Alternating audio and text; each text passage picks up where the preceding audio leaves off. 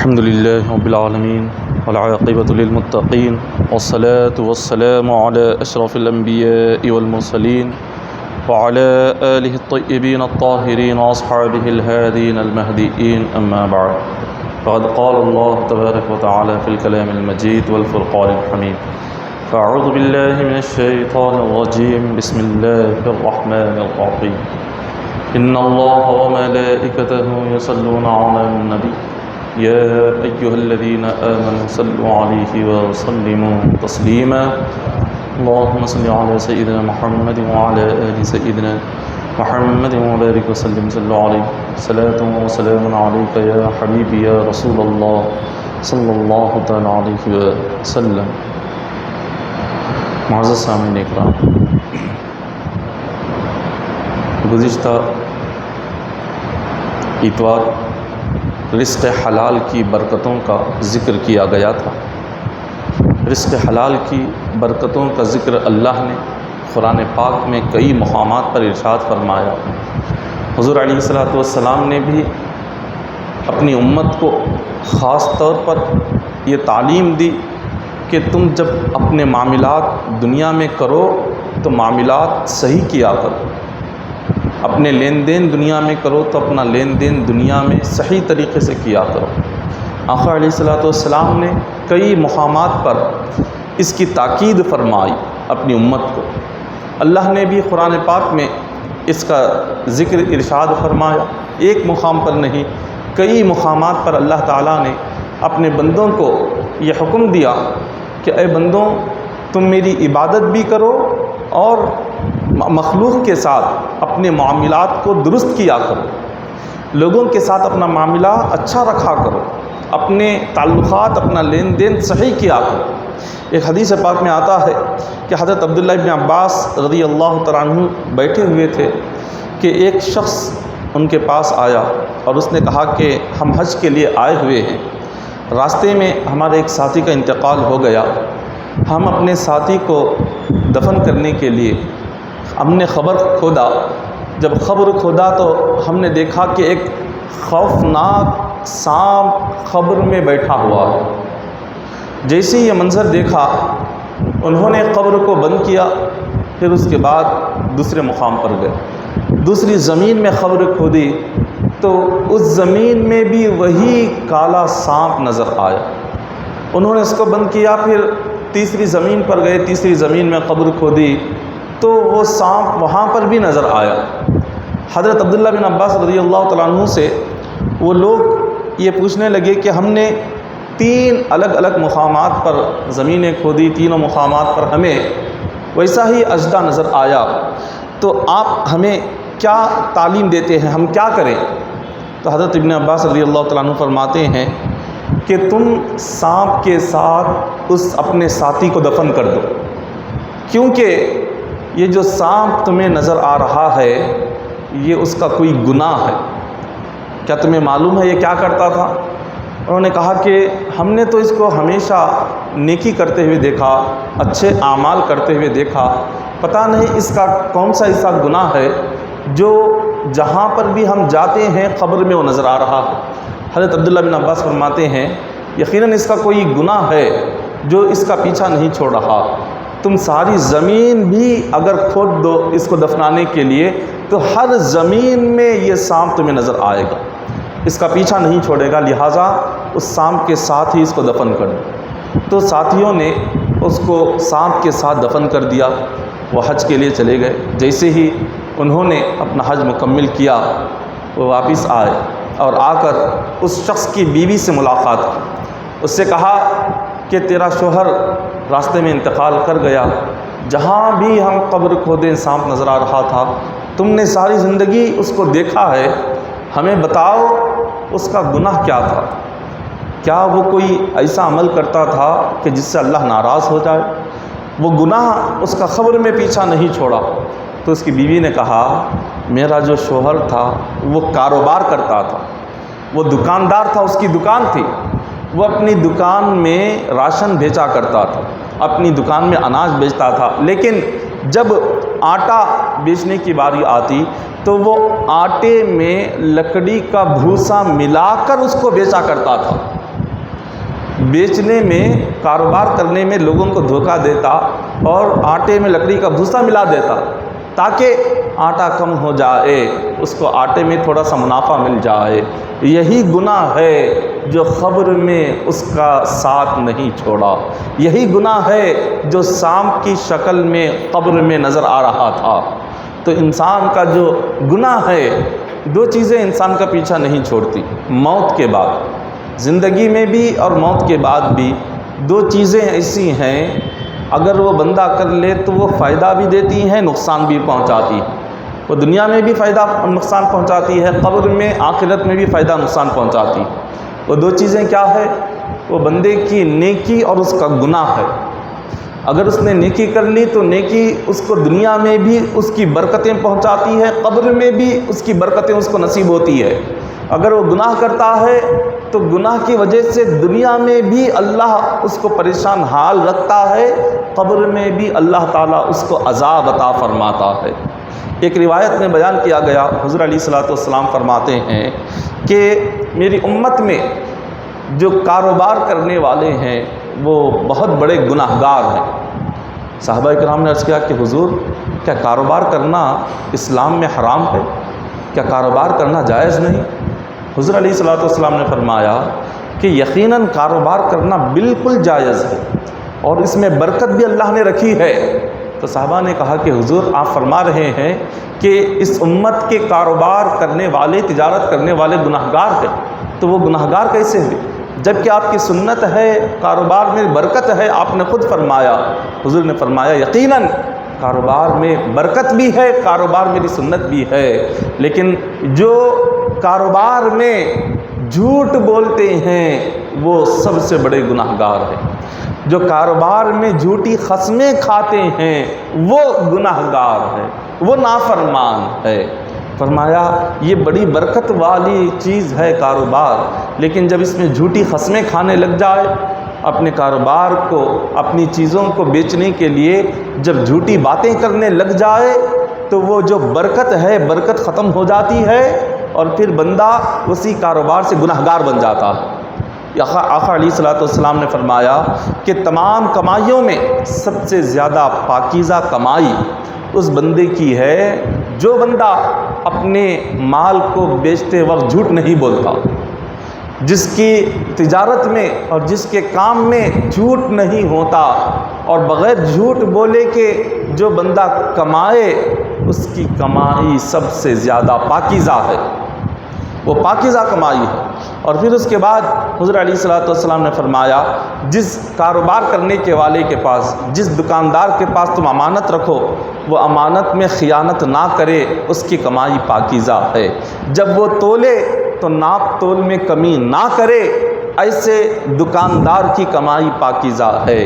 جب کبھی اپنی چیز کو دکاندار بیچے تو حد سے زیادہ بڑھا چڑھا کر تعریف کر کے نہ بیچے، اس کی کمائی پاکیزہ ہے۔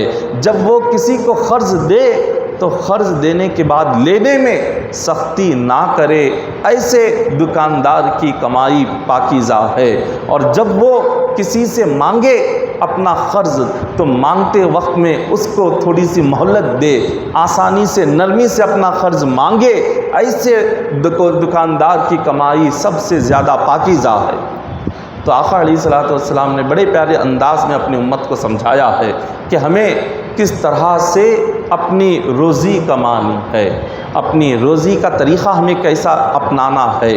حضور علیہ الصلوۃ والسلام فرماتے ہیں کہ جب کوئی بندہ اپنی کسی چیز کو بیچنے خریدنے میں یا اپنی دکانداری میں، کاروبار کرنے میں جب وہ قسمیں کھانے لگ جاتا ہے، جب وہ زیادہ سے زیادہ قسمیں کھاتا ہے تاکہ لوگ میری قسم کو سن کر میرے مال کو خریدے، تو اللہ تبارک و تعالی برکت کو مٹا دیتا ہے، برکت ختم ہو جاتی ہے۔ حد سے زیادہ قسمیں کھاتے رہنا اور حد سے زیادہ جھوٹ بولتے رہنا یہ بندے کے رزق کو گھٹا دیتا ہے۔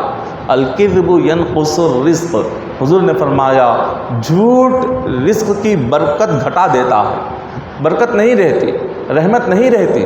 مال تو اس کے پاس آ جاتا ہے، کاروبار بھی اس کا ہو جاتا ہے، تجارت بھی اس کی ہو جاتی ہے، مگر اللہ کی رحمت اس کاروبار میں نہیں ہوتی، اللہ کی برکت اس تجارت میں نہیں ہوتی۔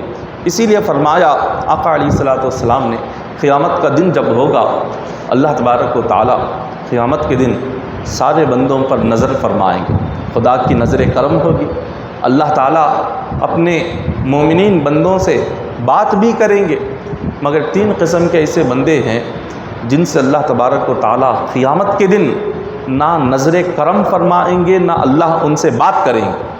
3 قسم کے لوگ۔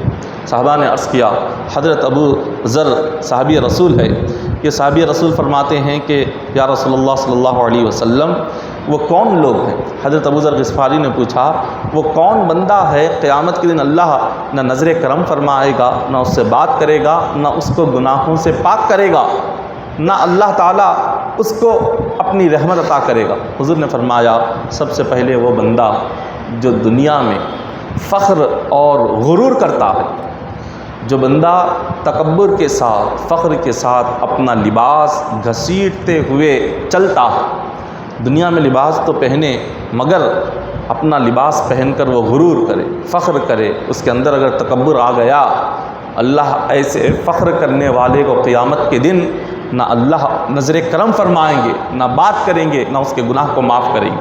یہ پہلا بندہ ہے۔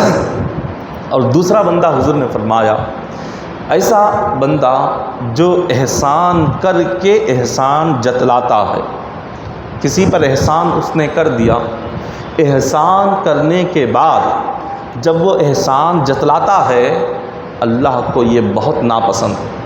اللہ تعالیٰ ایسے بندے کو نہ قیامت کے دن گناہوں سے پاک کرے گا، نہ اللہ اس بندے سے بات کرے گا، نہ اللہ اس بندے پر نظر کرم فرمائے گا۔ کوئی کسی کی مدد کرے یا احسان کرے، کر کر اس کو بھول جائے، احسان جتانا یہ اللہ کی شان ہے، احسان جتانا یہ اللہ کی صفت ہے۔ اللہ کے ناموں میں سے ایک نام ہے منان، جس کے معنی احسان جتانے کے۔ اللہ کے ناموں میں ایک نام ہے متکبر، تکبر کرنا، فخر کرنا، احسان جتانا، یہ سب کچھ اللہ کی صفتیں ہیں، یہ سب کچھ اللہ کے لیے سزاوار ہے۔ ایک بندے کے لیے یہ سب کچھ ہرگز جائز نہیں ہے۔ تو حضور نے فرمایا، جو احسان جتائے، احسان کر کے، ایسے بندے کو بھی اللہ تبارک و تعالیٰ قیامت کے دن اس پر نظر کرم نہیں فرماتا۔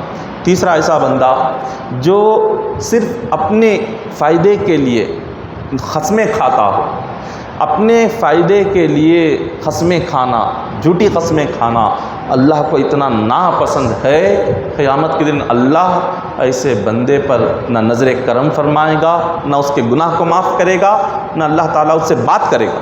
خدا بات بھی نہیں فرمائے گا ایسے بندے سے، کیونکہ اللہ اتنا ناپسند کرتے ہیں جھوٹی قسم کھانے والوں۔ قرآن پاک کی بار بار قسم کھانا، بار بار قرآن پاک کو اٹھا لینا، یہ بالکل جائز نہیں ہے، یہ گناہ ہے، یہ اللہ کو بہت ناپسندیدہ عمل ہے۔ آقا علیہ الصلوۃ والسلام نے اپنی امت کو یہ سارے کاموں سے، سارے اعمال کو کرنے سے روکا ہوا ہے۔ اسی لیے فرمایا، قیامت کے دن جو ہوگا، کسی ایک بزرگ فرماتے ہیں کہ اللہ تبارک و تعالیٰ جتنا بندہ دنیا میں زیادہ مال کمائے گا، اتنا زیادہ اس کو قیامت کے دن تکلیف ہوگی۔ اس کو کیونکہ تکلیف اس لیے ہوگی کہ اس کا حساب اتنا زیادہ ہو جائے گا۔ حساب جب زیادہ ہو جائے گا، مال کم ہو تو حساب کم ہے، مال زیادہ ہو تو حساب زیادہ۔ اب جب زیادہ اس سے سوال ہوں گے، زیادہ جوابات ہوں گے، اس کو زیادہ جب وہاں پر بولنا پڑے گا، تو بندہ سوچے گا کہ اے کاش دنیا میں نے یہ سب کچھ کمایا ہی کیوں، کاش دنیا میں سب کچھ جمایا ہی کیوں، آج اتنا حساب دینا پڑ رہا ہے۔ حضور نے فرمایا کہ میری امت کے جو مالدار ہے، وہ جنت میں 500 سال بعد میں داخل ہوں گے۔ جنت کے سامنے کھڑے ہو جائیں گے، لیکن جنت میں داخل ہونے کے لیے 500 سال لگ جائیں گے۔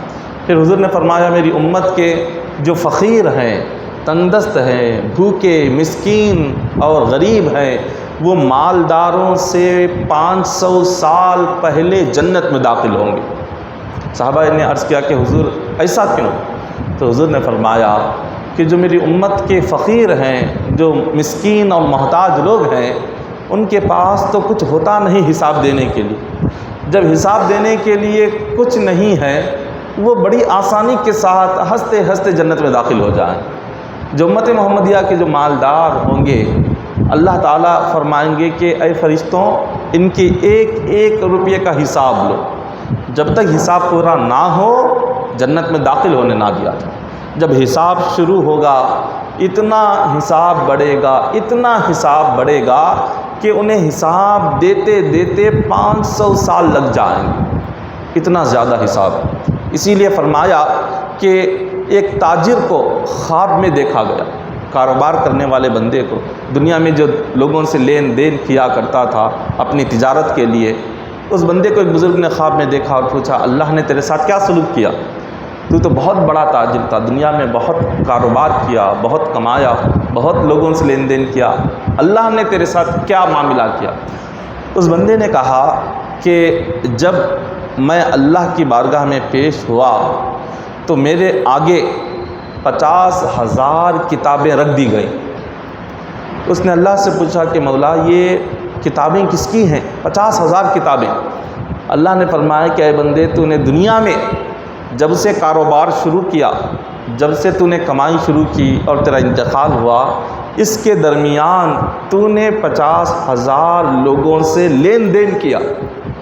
یہ ہر بندے کے نام سے ہم نے کتاب لکھ دی ہے، تو نے کس سے کب لیا، کب دیا اور کب اس نے تجھ کو واپس کیا، تو نے کب اس سے لیا۔ اگر ان کتابوں میں 1 روپے کا بھی تو نے دھوکہ کیا ہے آج تجھے اس کا حساب دینا پڑے گا۔ اگر تو نے 1 روپے کا بھی لین دین میں کچھ کمی کی یا کچھ زیادتی کی یا دھوکے سے اپنے پاس رکھ لیا، سب کچھ ان کتابوں میں ہے۔ آج یہ ساری کتابیں کھولی جائیں گی، پڑھی جائیں گی، اور جتنا تو نے دنیا میں جس کا حق بھی ادا نہیں کیا آج اس کا حق تجھے پہلے ادا کرنا ہوگا۔ جب ادا کرے گا اس کے بعد تیرا فیصلہ کیا جائے گا۔ یہ اللہ تبارک و تعالیٰ کا یہ معاملہ ہے۔ تو 1 روپیہ بھی دنیا میں بندے نے اگر کسی کو دھوکہ دے کر یا جھوٹ بول کر اپنے پاس رکھا ہوگا، وہ دنیا سے گزر جانے کے بعد قیامت کے دن اللہ کی بارگاہ میں اس کی پکڑ ہوگی، اللہ کی بارگاہ میں اس کا حساب ہوگا۔ اسی لیے آقا علیہ الصلوۃ والسلام نے ارشاد فرمایا کہ صدقہ کیا کرو، خیرات کیا کرو، اس لیے کہ تمہارے گناہ جو ہوتے ہیں صبح سے لے کر شام تک، زبان سے کوئی گناہ ہو گیا، آنکھوں سے کوئی گناہ ہو گیا، کان سے کوئی گناہ ہو گیا، ہاتھ سے کوئی گناہ ہو گیا، پیر سے کوئی گناہ ہو گیا، تم صدقہ کرتے جاؤ، خیرات کرتے جاؤ، تمہارے صدقہ، تمہاری خیرات تمہارے گناہ صغیرہ کو مٹا دیتے ہیں۔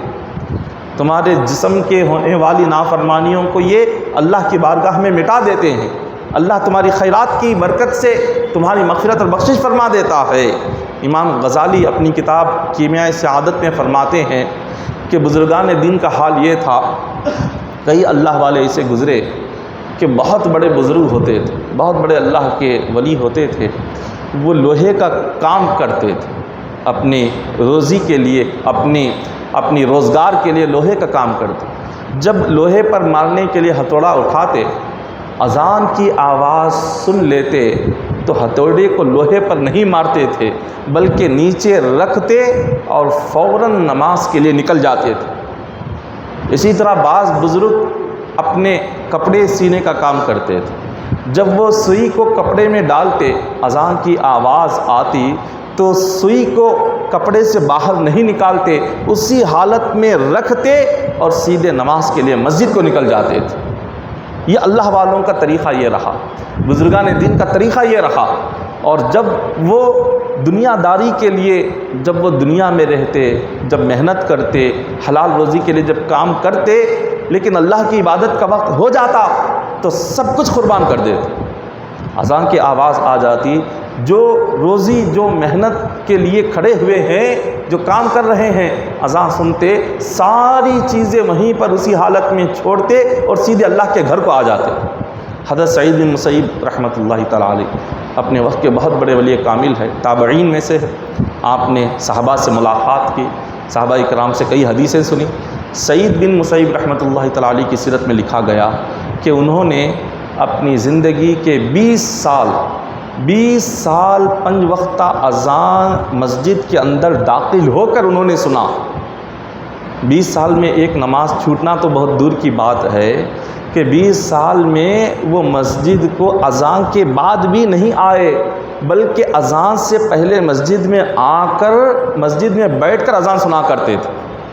نماز سے اتنی محبت، نماز سے ان کا اتنا تعلق، اتنا گہرا تعلق تھا کہ جماعت چھوٹنا تو بہت دور، نماز چھوٹنا تو بہت دور، اذان کے بعد مسجد میں آنا تو بہت دور، اذان سے پہلے مسجد میں آ کر بیٹھ جاتے تھے۔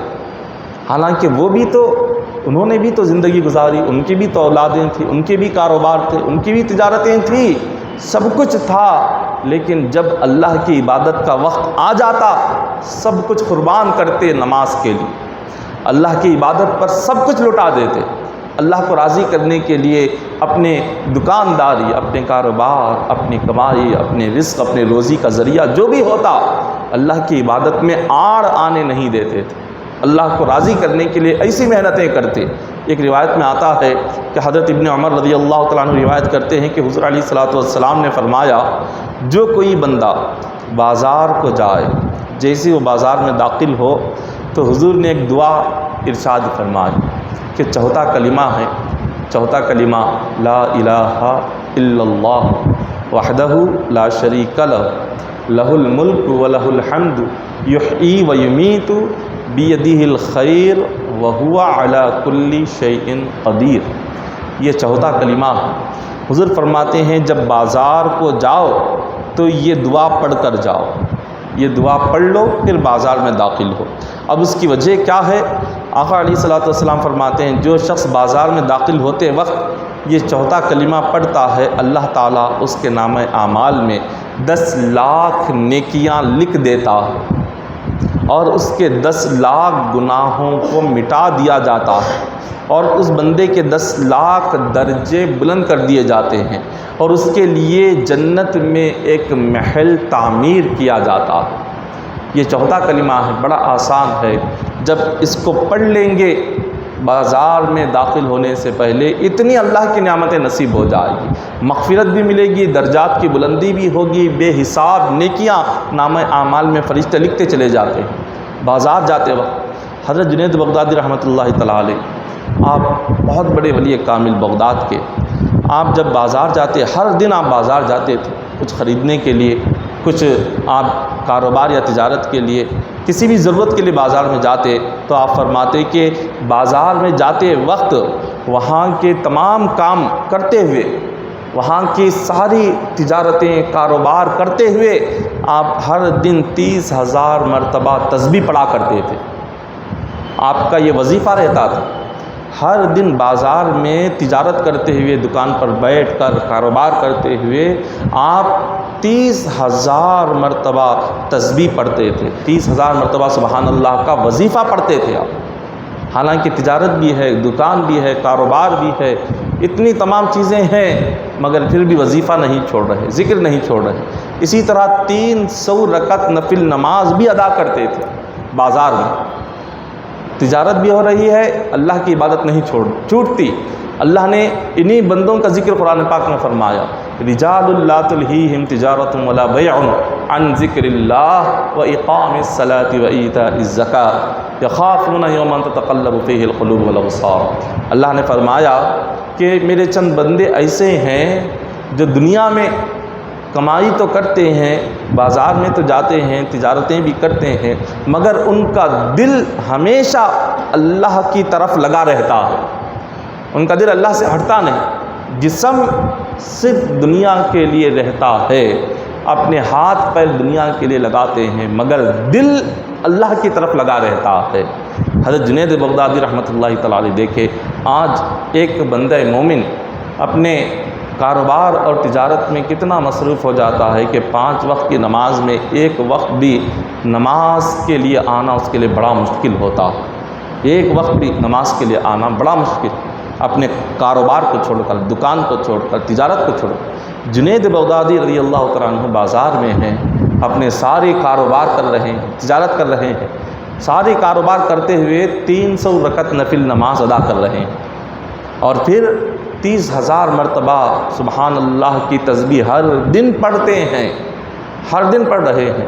بازار کے سارے کام کرتے ہوئے، گھریلو کام کرتے ہوئے، اپنی تجارت کرتے ہوئے، اپنی زندگی کی گزارے کے لیے جو کمائی کرنا ہے کمائی کرتے ہوئے کر رہے ہیں۔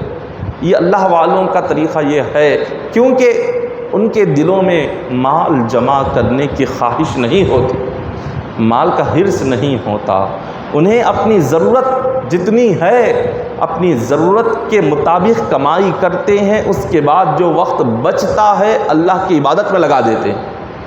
اور ہم عبادت کا وقت بھی کمائی میں لگاتے ہیں، ہم اللہ کے ذکر کا وقت بھی مال جمع کرنے میں لگا دیتے ہیں۔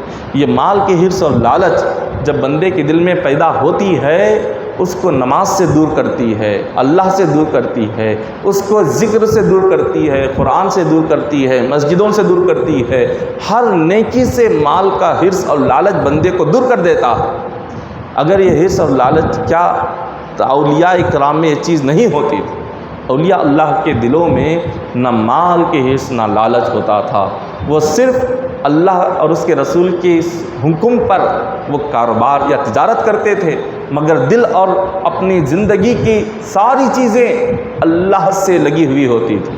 حضرت معاذ بن جبل فرماتے ہیں، شیطان کا ایک بیٹا ہے، وہ اپنے باپ کا خلیفہ بن کر بازار میں رہتا ہے۔ شیطان اپنے بیٹے کو اپنا خلیفہ بناتا ہے، اپنا نائب بنا کر بازاروں میں بھیج دیتا ہے، اور اس شیطان اسے سکھاتا رہتا ہے کہ بازار میں جا کر تجھے کرنا کیا ہے۔ شیطان کہتا ہے کہ جب اے میرے بیٹے جب بازار میں چلے جاؤ، جو بھی بازار میں بیٹھا ہوا ہے، جو بھی بازار میں تجارت کاروبار کر رہا ہے، جا کر جھوٹ اس کے دل میں پیدا کر دے، اس کو یہ بتا کہ جھوٹ بولے بغیر تو کما نہیں سکتا۔ اس کے دل میں خیال پیدا کر کہ جب تک تو جھوٹ نہیں بولے گا تجھے کچھ نہیں ملے گا۔ اور پھر شیطان کہتا ہے اس کو دھوکہ دینا سکھا، اس کے دل میں یہ بات ڈال جب تک تو دھوکہ نہیں دے گا تب تک تو نہیں کمائے گا۔ پھر شیطان اپنے بیٹے کو سکھاتا ہے کہ اسے قسم کھلانا سکھا، جھوٹی قسمیں کھانا سکھا، اور اس کے دل میں یہ بات ڈال دے جب تک جھوٹی قسمیں نہیں کھائے گا، دوسرے کو دھوکہ نہیں دے گا، جھوٹ نہیں بولے گا، تب تک تو کما نہیں سکتا۔ یہ ساری باتیں اس کے دلوں میں پیدا کر دے، اور ایسے لوگوں سے جا کر لگ جا۔ شیطان اپنے بیٹے سے کہتا ہے ایسے لوگوں کے پیچھے لگ جا جو بازار میں سب سے پہلے جاتے ہیں اور پھر سب سے آخر میں بازار سے واپس آتے ہیں۔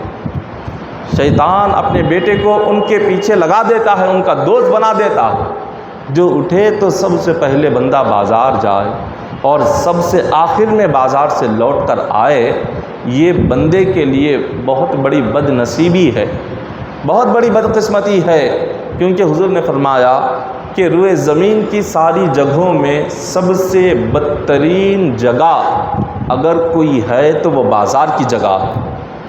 زمین کا سب سے بہترین حصہ، سب سے بہترین زمین میں اگر کوئی جگہ ہے تو وہ مسجد ہے۔ سب سے بدترین جگہ حضور نے فرمایا بازار، کیونکہ بازار میں گالیاں دی جاتی ہے، جھوٹ بولا جاتا ہے اور دھوکہ دیا جاتا ہے، قسمیں کھائی جاتی ہے، اور بازار میں کسی کے دل کو توڑا جاتا ہے، اور بازار میں ہی آنکھوں سے گناہ ہوتا ہے، کانوں سے گناہ ہوتا ہے، جسم کے ہر حصے سے گناہ ہوتا ہے۔ اسی لیے حضور نے صحابہ سے فرمایا کہ بازار کو مت جاؤ۔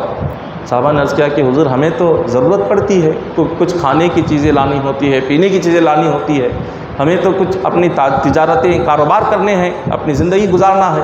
حضور نے فرمایا اگر بازار جانا ضروری ہی ہے تو اپنی نگاہیں نیچی رکھا کرو، نگاہوں کی حفاظت کیا کرو۔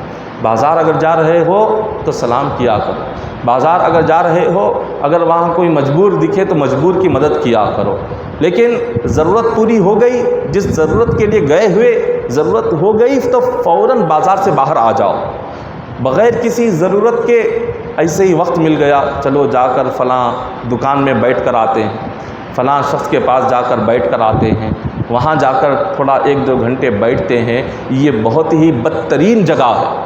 اگر بیٹھنا ہی ہے تو مسجد میں آ کر بیٹھو، بیٹھنا ہی ہے کسی ولی کی بارگاہ میں جا کر بیٹھو، بیٹھنا ہی ہے تو مصلی بچھا کر اپنے گھر میں ذکر کرتے ہوئے بیٹھو، کہیں بیٹھنا ہی ہے تو قرآن کھول کر پڑھتے ہوئے بیٹھو۔ بازار میں جا کر بیٹھنے سے ہوتا کیا ہے، کسی کی برائی سننی پڑتی ہے، اگر برائی نہ بھی کرے تو کسی کی غیبت سننی پڑے گی، کسی کی برائی سننی پڑے گی، کوئی کسی کو گالی دے رہا ہے اس گالی کو سننا پڑے گا، کوئی جھوٹ بول رہا ہے جھوٹ کو سننا پڑے گا۔ تو ہم خود جا کر گناہوں کے دلدل میں بیٹھ رہے ہیں، ہم خود گناہوں کی گندگی میں خود جا رہے ہیں۔ آقا علیہ الصلوۃ والسلام نے اسی لیے منع فرمایا جانے سے۔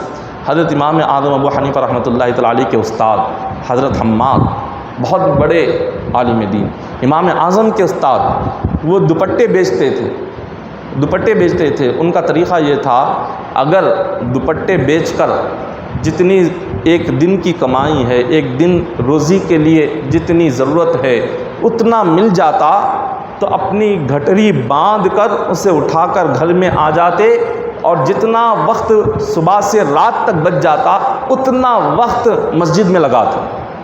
یہ اللہ والوں کا طریقہ رہا۔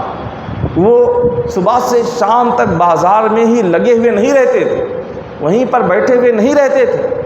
صبح 8 سے لے کر رات 10-11 تک بازار میں ہی بزرگان دین نہیں رہتے تھے۔ انہیں معلوم تھا یہ گندگی ہے، یہ گندا مقام ہے، تو اس لیے جتنی ضرورت ہے ضرورت پوری ہو گئی، اللہ نے آج کی روزی کے مطابق ہمیں اتنا مال دے دیا، اتنا لیتے اپنی گھٹری باندھتے سیدھے اللہ کے گھر میں آ کر بیٹھ جاتے، اللہ کی عبادت کرتے۔ اسی طرح حضرت سعد رضی اللہ تعالیٰ عنہ، حضرت سعد حضور کے صحابی ہیں، وہ آقا علیہ الصلوۃ والسلام کی خدمت میں عرض کرتے ہیں کہ یا رسول اللہ صلی اللہ علیہ وسلم دعا فرمائیں، اللہ تعالیٰ میری ہر دعا کو قبول فرمائے۔ اللہ سے دعا کریں کہ میں جب بھی اللہ سے دعا کروں اللہ میری ہر دعا کو قبول کر لے۔ تو حضور نے فرمایا اگر تم چاہتے ہو کہ اللہ تعالیٰ تمہاری ہر دعا کو قبول کرے تو تم سب سے پہلے حلال روزی کھاؤ۔ اگر حلال روزی تم نے کھانا شروع کر دیا تم جو بھی دعا مانگو گے اللہ تمہاری دعا ضرور قبول کرے گا، ضرور دعا قبول ہوگی۔ پھر اس کے بعد حضور نے فرمایا بہت سے لوگ ایسے ہوتے ہیں کہ جن کا کھانا حرام کا ہوتا ہے، ان کا کپڑا حرام کی کمائی کا ہوتا ہے، اور ہاتھ اٹھا کر دعا مانگتے رہتے ہیں، اللہ تبارک و تعالی کئی سال بھی گزر جائے ان کی دعا قبول ہی نہیں فرماتے۔ دعا قبول نہیں ہونے کی وجہ یہی ہوتی ہے کہ ہم اپنی روزی جو ہم کماتے ہیں، جو کھاتے ہیں، ہم غور نہیں کرتے یہ حلال ہے یا حرام۔ تو جب ہمارا کھانا پینا، ہماری روزی، ہماری آمدنی، ہماری روزی کا ذریعہ، ہمارا رزق اگر حرام کمائی سے آنے لگ جائے تو نہ نماز قبول ہوتی ہے نہ دعا قبول ہوتی ہے۔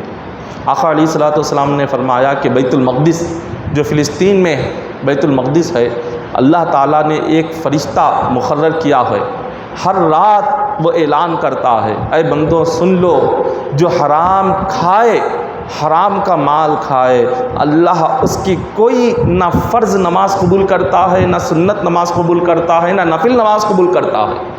یہ فرشتہ ہر رات اعلان کرتا ہے بیت المقدس سے۔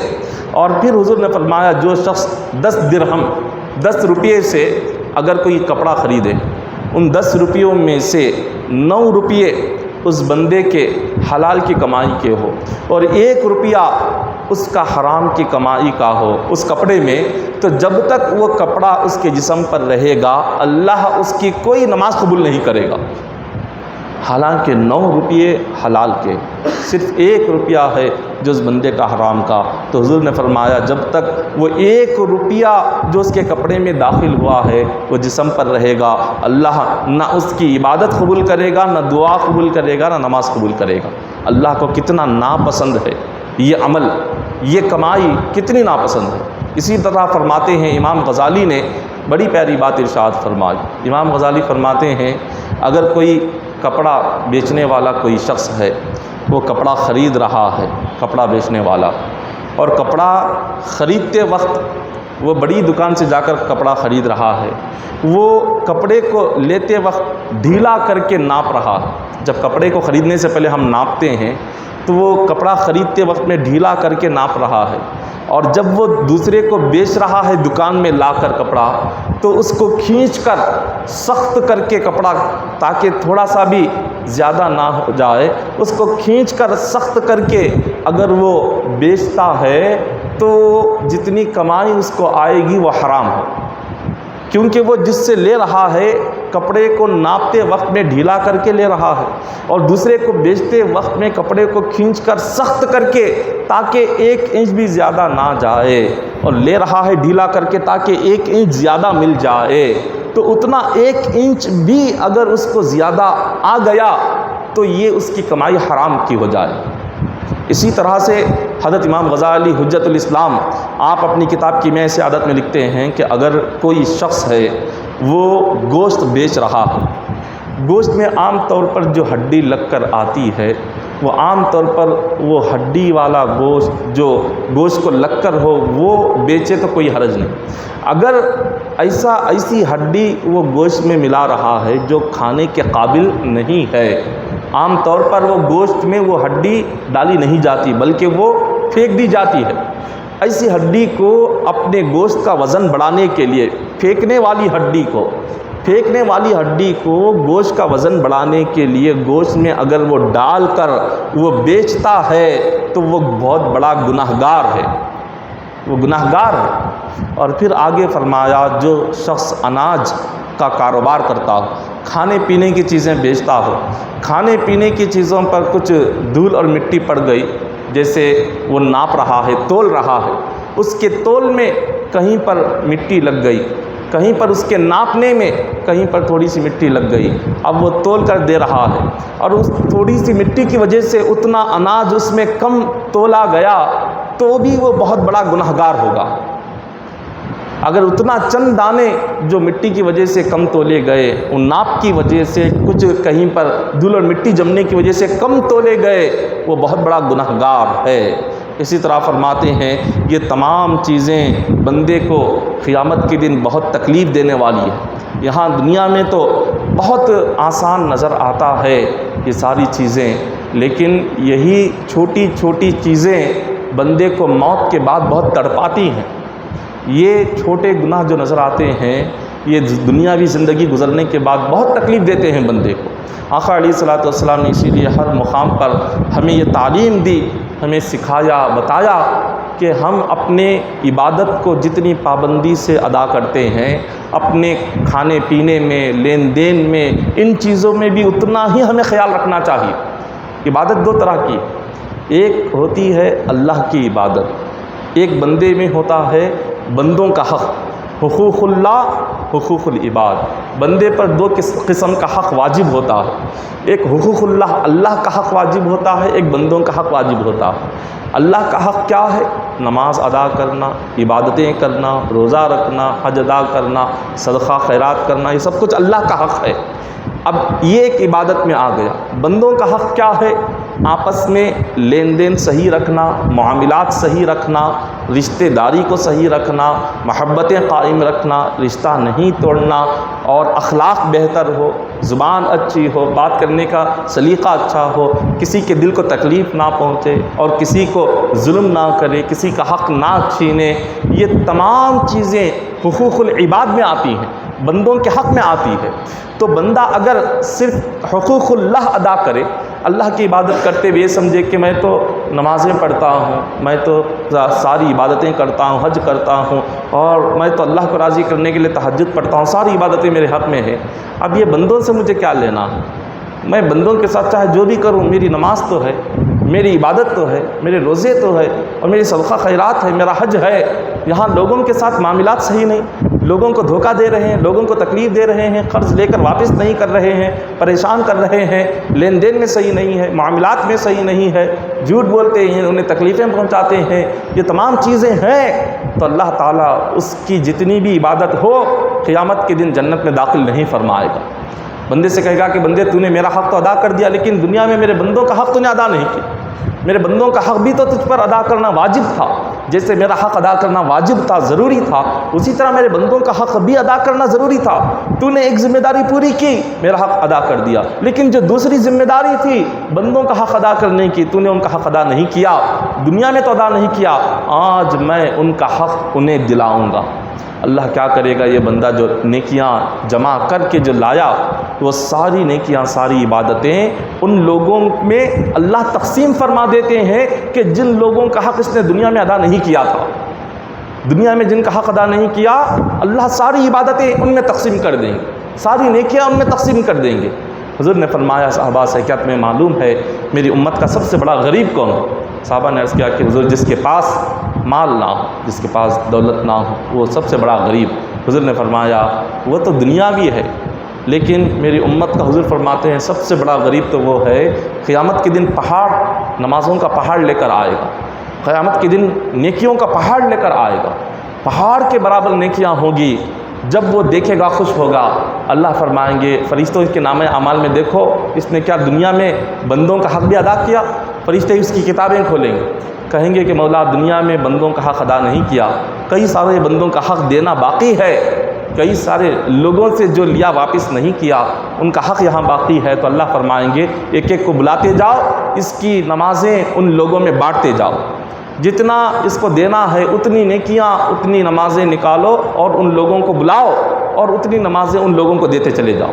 اس طرح سے ایک ایک بندہ آتا جائے گا، ایک نماز لے کر جائے گا، ایک روزہ لے کر جائے گا، ایک صدقہ لے کر جائے گا، ایک خیرات لے کر جائے گا، ایک اس کے حج لے کر جائے گا، ایک عمرہ لے کر جائے گا۔ جو دنیا میں زندگی بھر اس نے نیکیاں جمائی تھی، وہ سارے لوگ جن کا حق دنیا میں ادا نہیں کیا ایک ایک آئیں گے، سب کچھ لے کر چلے جائیں گے۔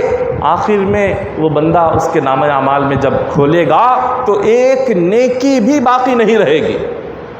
حضور نے فرمایا یہ میری امت کا سب سے بڑا غریب ہے، تو لہٰذا اپنا حق دنیا میں جس کو ادا کرنا یہیں پر حد ادا کرے، وہاں پر تو اللہ نہیں چھوڑے گا۔